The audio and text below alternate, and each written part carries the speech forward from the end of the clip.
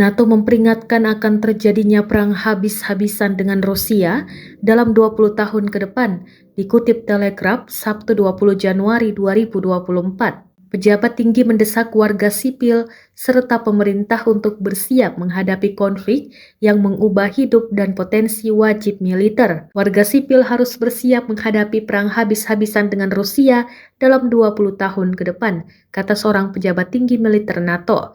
Sementara angkatan bersenjata siap menghadapi pecahnya perang, warga negara harus siap menghadapi konflik yang membutuhkan perubahan besar-besaran dalam hidup mereka, kata Laksamana Rob Bauer pada hari Kamis. Sekitar 90.000 tentara NATO minggu depan akan memulai latihan militer terbesar sejak Perang Dingin. Inggris telah mengirimkan sekitar 20.000 tentara, serta tank, artileri, dan jet tempur untuk latihan yang berlangsung di seluruh Eropa hingga bulan Mei. NATO perlu mempersiapkan perang dengan Rusia dalam 20 tahun ke depan, Ketua Komite Militer Aliansi mengatakan.